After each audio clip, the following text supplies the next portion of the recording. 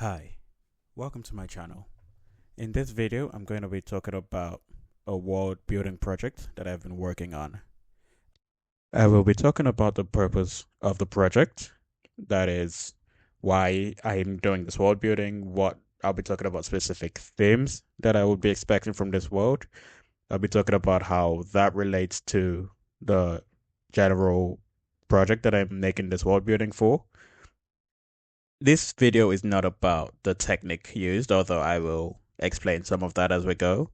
This video is mostly just about the thoughts that go into world building from the top down, which I've chosen to do for this project.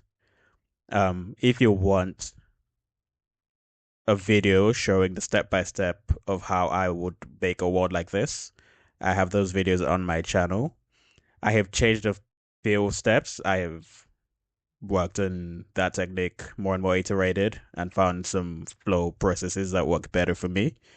But in general, those videos are really good. And anywhere I make a change relative to this in this project compared to those, I will point out. So first of all, I will talk about what's going on the screen right now. I'm essentially drawing the main lines dividing the world, the main longitudes dividing the world into specific climatic regions. These are going to be important throughout the project as I try to map the climates and get the regional variability of the world. That's important because this world is going to be a mostly wilderness world. That means there's going to be a lot of discovery going on with the players. It's going to be, I'm making this for a role playing game. I'm working currently on a role playing game that uses cards instead of dice. You get a set of cards that tell you what your characters can do, and essentially what you have in your hand is what you can do at any point in time. This world is going to be the primary world in which that game plays out. So the main point of this world then that I'm working on is establishing a way in which I can create a lot of wilderness, a lot of very sparse civilization essentially in this world. The used to be a really powerful world. It's post-apocalyptic. It was really advanced society, had war conflicts through really powerful advanced technology, managed to destroy the world essentially and leave it in a state where no one could survive essentially. And that has created this world where for a couple centuries, everyone who's been struggling to survive, pushed back. Most of what has been reclaimed by nature.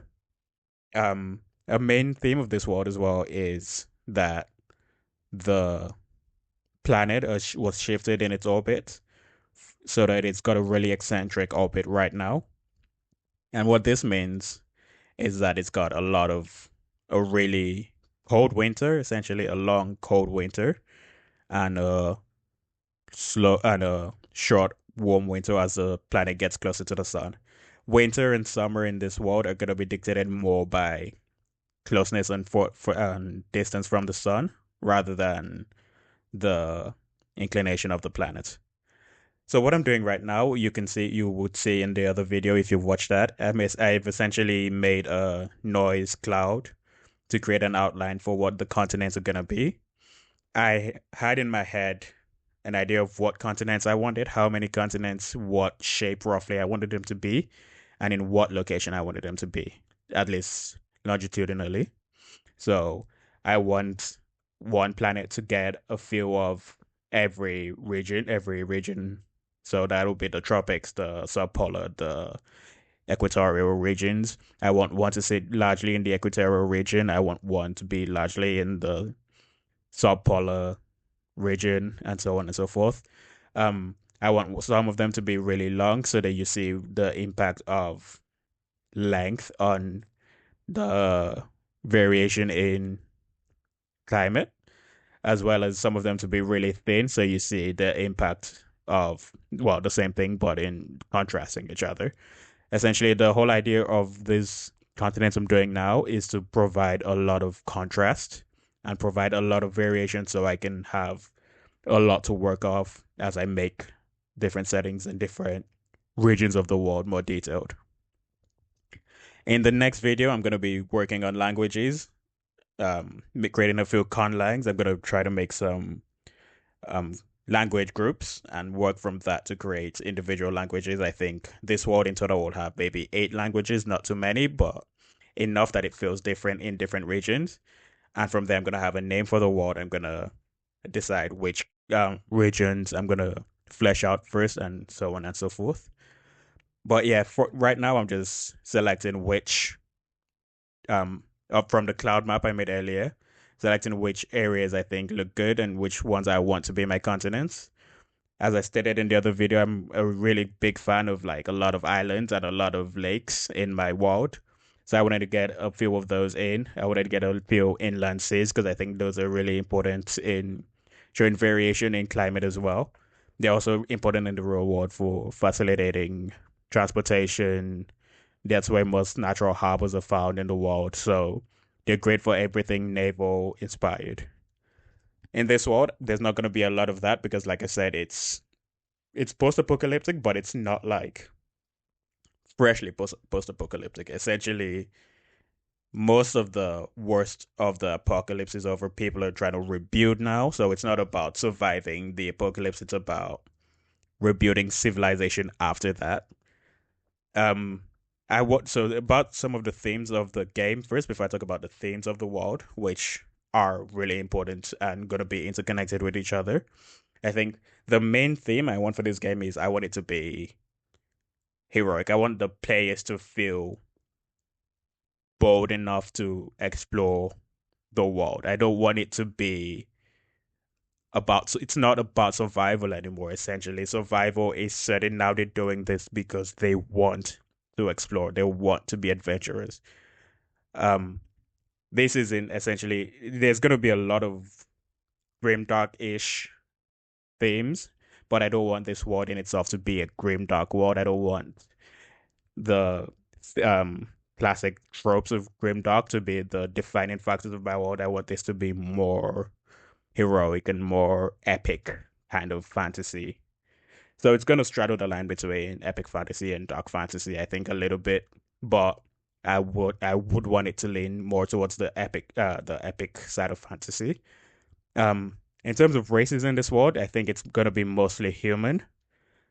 Um, I just think it's I've there's a lot of work out there with the classic fantasy races, and this world I don't think it fits what I'm going for to have elves and dwarves and other races. I think it's most thematic for what I'm trying to achieve to have just humans, and then you can have the variation in the what the humans do.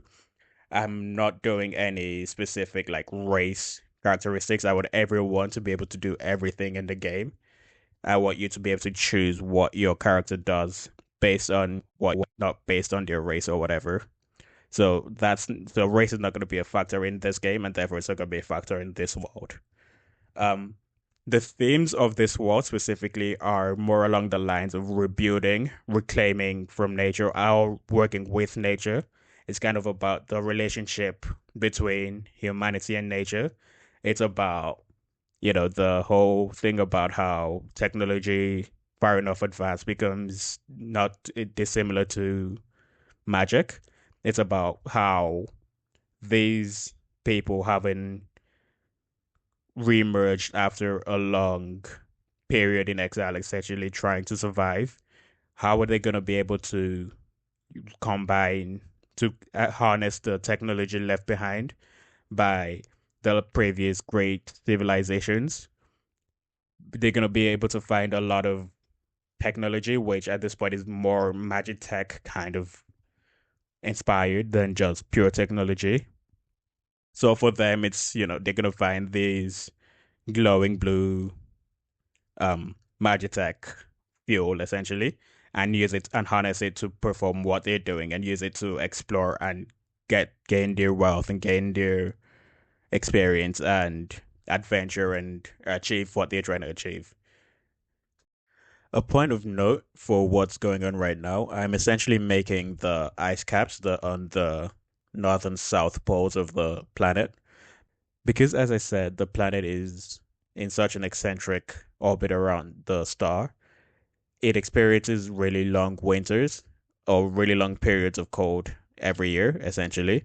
And that means it's got a lot of ice cover on the poles.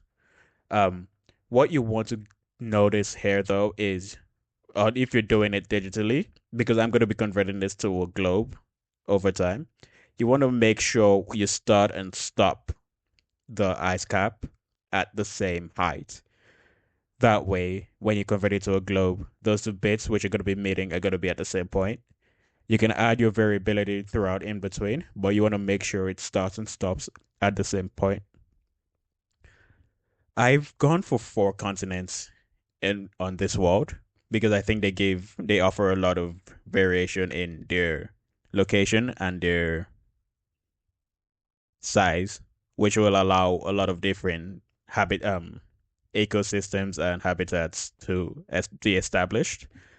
You can see in the top left, we've got the largest continent, which kind of goes between three zones. It goes from the equatorial region all the way up to South Polar, and I think it's only a bit in the polar region. That means it's going to experience a large variation in temperature because it's going to be experienced the equatorial sun directly overhead. This world has a very low inclination. I think it's about 10%, which means the equator is gonna be um smaller than it is in on Earth, but it means that the poles are also much smaller than they are on Earth, which means there's a lot of region where you get that variation. That's why I've added the subpolar region. I usually wouldn't add that in my maps. I would just work with the tropics of Cancer, the tropics of Capricorn, and then the Arctic and Antarctic Circle equivalent on my world. But because there was so much gap between the tropics and the poles, I decided to add the subtropical band just to create a bit more variation in that climate. Now, because that continent is so wide, it's gonna not just experience the difference based on its longitudinal variation, but because of its width, it's also gonna have a lot of differences in climate as you go sideways. So it's essentially an analog to on Earth what we have with like Eurasia, which is really long, going from Europe to Asia, which is really long. And so you experience a lot of different climates from the steppes to, the Mediterranean conditions to Siberian kind of temperatures, all of that within Eurasia. This continent is going to be similar to that and be able to experience a lot of those similar things. On the bottom right, we have a continent which is essentially in contrast to that, where it's narrow. It goes through largely the same um, co- um, longitudinal divisions, except it's not really in the equatorial region. But in its case, it's long and it's essentially on a diagonal, which means it experiences the same conditions differently as it goes between the different areas of the longitudinal map. That means you can contrast the effects of climate on those two continents essentially.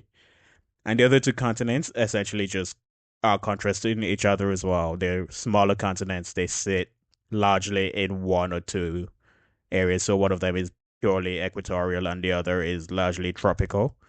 And so you can see the effects of the tropics versus the effects of the equator on both of those.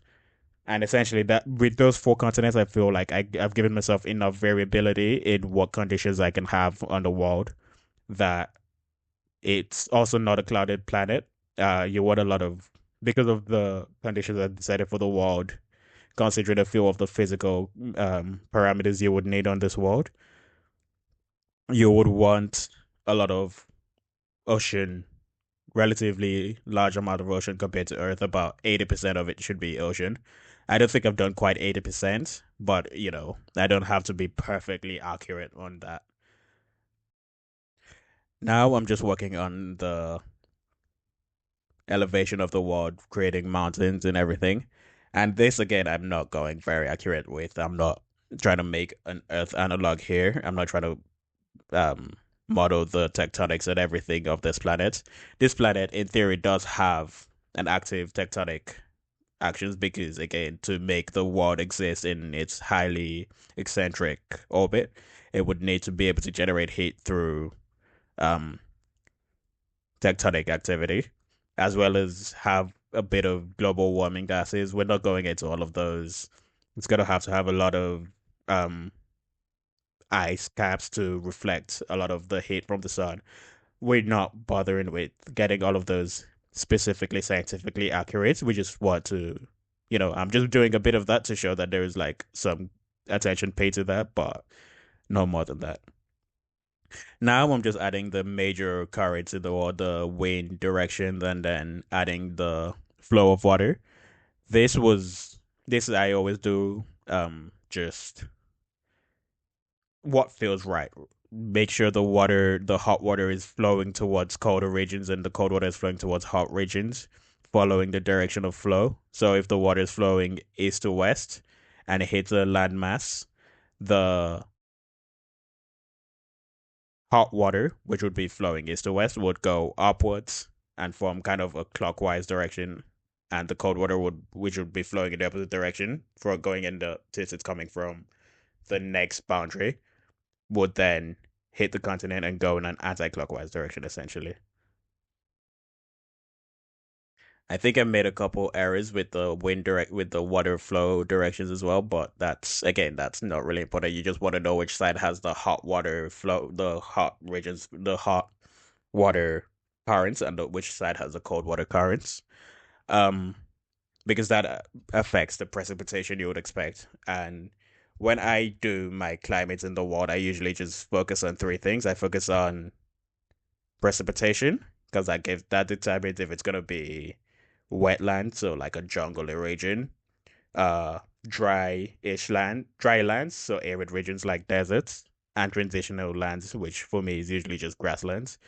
I never go to into any more details than that. It's usually just either wet, transition, or dry. And then the longitudinal location affects how cold it is. So if it's equatorial, tropical, subpolar, or polar conditions. And then elevation, you have mountains creating things like mountain shadows and rain shadows and stuff like that. Once I consider those three things, I just kind of paint the map up to look reasonable and to have the biomes that I think will be reasonable in that location. Again, they don't have to be perfectly accurate. They don't have to be exact analogs of Earth. If I think it's close enough and it's right enough, that's good enough for me. Now, going back to the themes of my world, because I think I've only mentioned one, another major theme of my world is going to be corruption. Essentially, like I said earlier, this world is a world with a lot of magitech, and this magitech has, if you have exposure to the magitech without the right gear and the right ability to control or manipulate it, it could cause corruption and lead to, over time, to mutations and things like that. I think of it like lead poisoning in a way where before we realized lead was so toxic, we had lead in everything, and that led to a lot of violent crimes and an increase in stuff like that without us knowing that was going on until, over time we figured out that was what was going on. It was causing degenerative impacts on the brain. And then we took lead out of everything and that's reduced. That's kind of what this Magitech does, except it's a lot more aggressive and theoretically going into like pseudoscience for a second, it's gonna essentially create not just like have the subtle long-term degenerative effects mentally, which it will have in this world. You're gonna have a lot of people who have been exposed to this, who will um display a lot of more aggressive behavior than people who have had less exposure to this. But also, it's going to physically cause mutations by making you turn blue or making your skin gray and making it thicker, making you see better or see worse, but hear better. It's going to cause a lot of random mutations depending on what you've been exposed to and how. So combining all of those things together, there's gonna be a whole part of the world that is unknown to these civilizations that are emerging after the downfall of civilization, essentially. And the whole point of this is that we're trying to reestablish civilization, to explore the unknown and to reclaim the world and to establish new trading ports and explore and find new raw materials and stuff like that. So exploration is a huge theme in the game I'm working on, and therefore it's gonna be a huge theme in the world as well. I want people to be able to explore.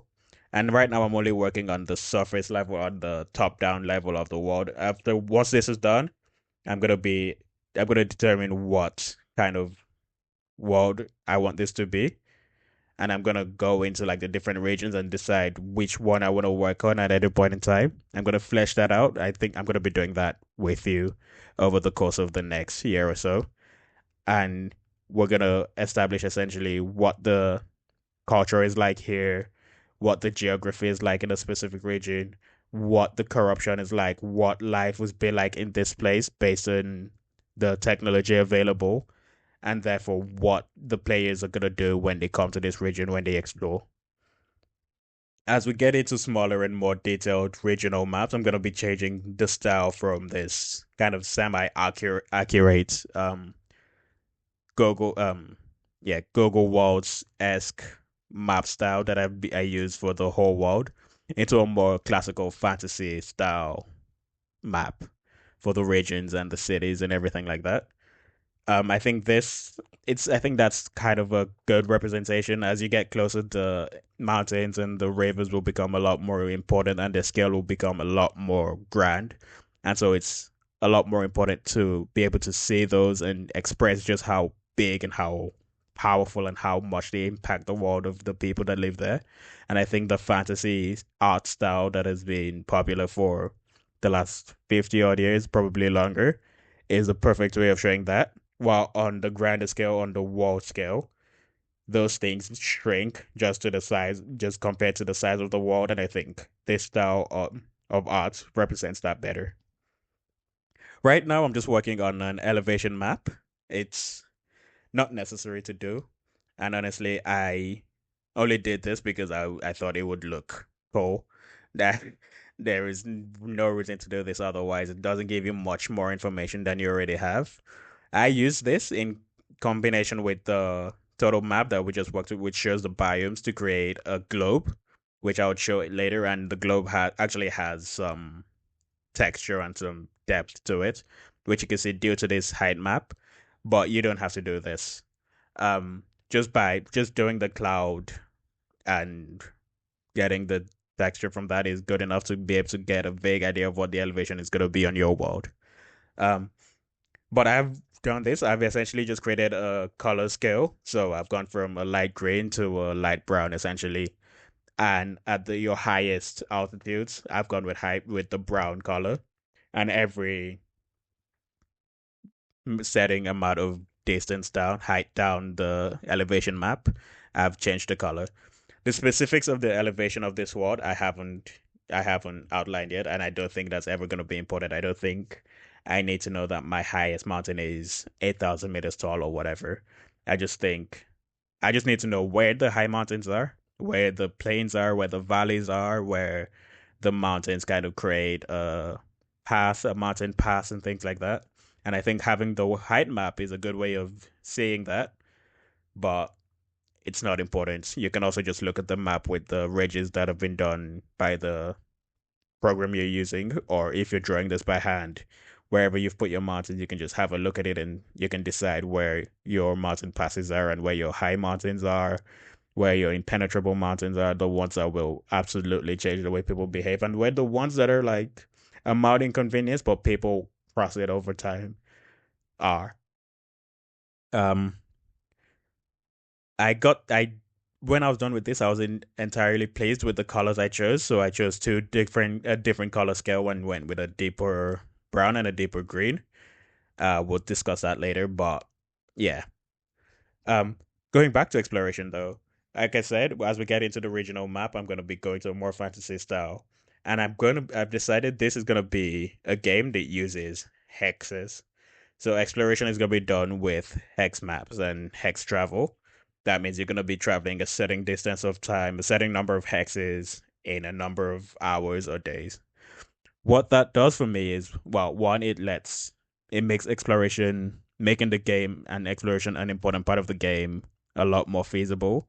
It's a lot easier to say, this is what this hex is, and this is what is in this hex, and here are some random things that could happen if you come into this hex and things like that. It's a lot more rigid, and it creates a framework for you to work on the exploration, which a normal non-hex map, just kind of open map, does not quite have. Um, it's harder to gamify the exploration of maps if there isn't specific like grades and everything. Um, this game also works specifically in hexagons, all the way down to like the battle maps. So hexagons are going to be an important part anyway. So I just figured, why not have travel and exploration, which are going to be for as fundamental to the game as combat is, be hexagons as well. As we go forward in this process, I'm going to be going into more details on both the macro and the micro level. I'm going to be finding a specific region. I'm going to be drilling down into it and creating our first actual important region of the world.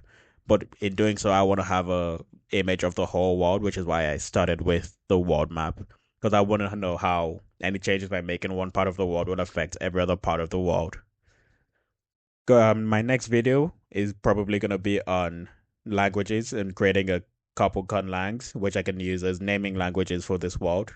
I intend on doing that by creating a few parent languages and then creating language groups based off of that, having some overlap between them, and then seeing what we end up with.